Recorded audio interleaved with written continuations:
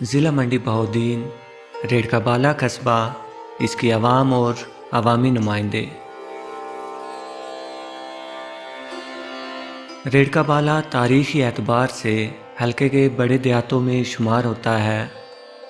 اس گاؤں کو یہ بھی اعزاز حاصل ہے کہ قومی اسمبلی میں MNA اور وفاقی وزیر بننے والی شخصیات کا بہت بڑا ووٹ بینک اسی گاؤں میں ہے۔ تقریباً اس گاؤں سے 1990 سے 1997 تک مسلم لیگ نون کے امیدوار جیتتے رہے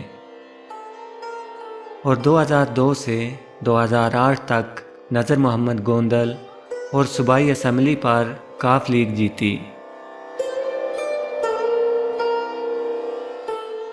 منتخب ناظموں کی لسٹ میں فتح محمد گوندل، احمد خان نمبردار، احمد یار گوندل اور موجودہ چیئرمین ارشد نواز گوندل، یعنی قسمت نے ہر ایک کو موقع دیا۔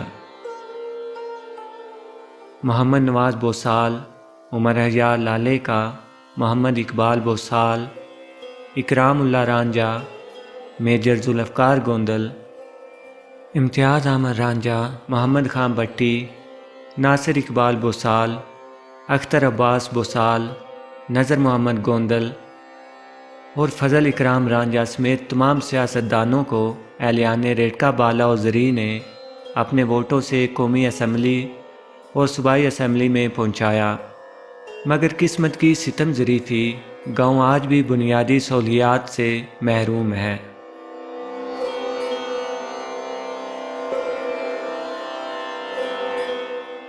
اگر ہم گاؤں میں موجود اسپتال اور صحت کے نظام پر نظر ڈالیں تو یونین کونسل میں اسپتال تو موجود ہے، لیکن سہولیات نہ ہونے کے برابر ہیں۔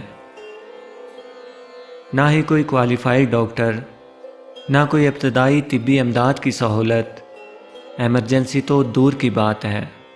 اسی وجہ سے بعض اوقات حادثات کی صورت میں سرگودا یا منڈی بہاؤالدین جاتے ہوئے راستے میں ہی لوگوں کی اموات واقع ہو جاتی ہیں۔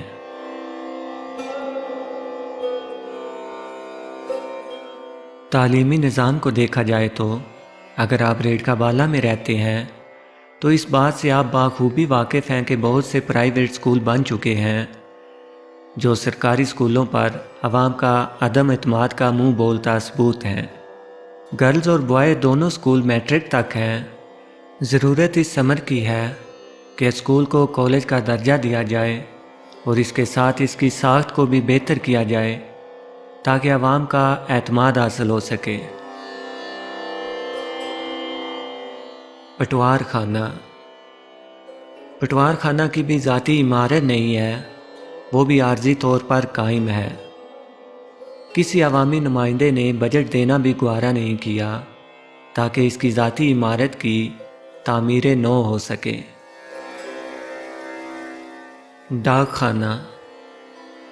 ڈاک خانہ کا نظام بھی سابقہ ہے، لیکن نہ ہونے سے کافی بہتر ہے۔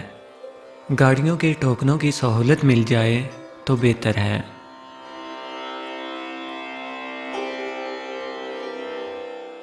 دفتر زراعت۔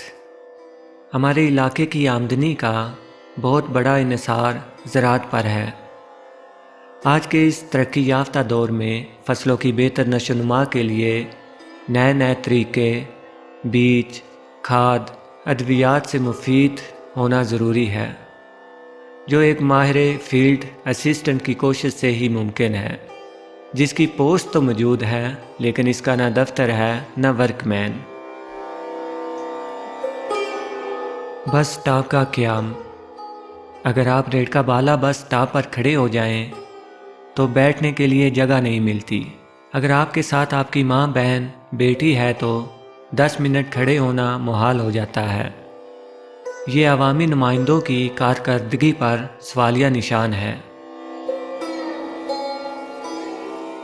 وابڈہ سب ڈویژن تو بن گیا ہے، لیکن وہ بھی عارضی عمارت میں ہے، لیکن کچھ نہ کرنے سے بہتر ہے۔ نادرہ دفتر بھی کافی عرصے سے منظور ہو رہا ہے، لیکن ابھی تک ہوا نہیں۔ وہ بھی وقت کی اشد ضرورت ہے، کیونکہ آس پاس کے گاؤں کا مرکز ہونے سے بہت سے گاؤں اس سہولت سے مفید ہو سکتے ہیں۔ سیوریج سسٹم بہت ناکارہ ہو چکا ہے۔ گلیوں اور نالیوں کی حالت بہت زیادہ خراب ہے۔ نالیوں میں پانی کی نکاسی کا نظام درست نہ ہونے کی وجہ سے اکثر اوقات گلیاں پانی سے بھر جاتی ہیں، جو راہگیروں کے لیے دشواری کا سبب بنتی ہیں اور بعض اوقات ٹریفک کے بہاؤ میں رکاوٹ کا سبب بنتی ہیں۔ بارش کے دنوں میں گلیاں تالاب کا منظر پیش کرتی ہیں، جو کہ آنے جانے والوں کے لیے پریشانی کا باعث بنتی ہیں، جس کا فوری حل ضروری ہے۔ شفاخانہ حیوانات کی پوسٹ بھی موجود ہے، لیکن اس کی ذاتی عمارت نہ ہونے کی وجہ سے عوام مشکلات کا شکار ہے۔ عمارت نہ ہونے کی وجہ سے مال مویشی بردار کو کافی تگ و دو کے بعد ڈاکٹر تک رسائی حاصل ہوتی ہے۔ سوئی گیس قادر آباد، بیکھو موڑ، خیروال اور برج آگرہ تک گیس منظور ہو چکی ہے، تو ریڑکا بالا کے باسیوں کا کیا قصور ہو جو انہیں نظر انداز کیا گیا ہے؟ اس کے علاوہ بہت سے ایسے سوالات ہیں جو اہلیان ریڑکا بالا پوچھتے ہوئے نظر آتے ہیں۔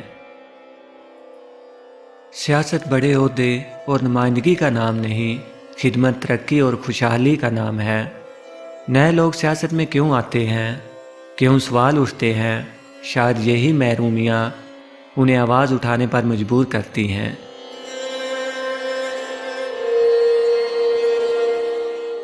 عوامی مسائل کے حل کے انتظار میں ہر بار عوامی نمائندوں کو بھرپور موقع دینے کے باوجود ریڑکا بالا کی عوام شدید مشکلات کا شکار ہے اور کسی حقیقی عوامی نمائندے کے منتظر ہیں۔ عامر عرفان جویا، MBD نیوز، منڈی بہاؤالدین۔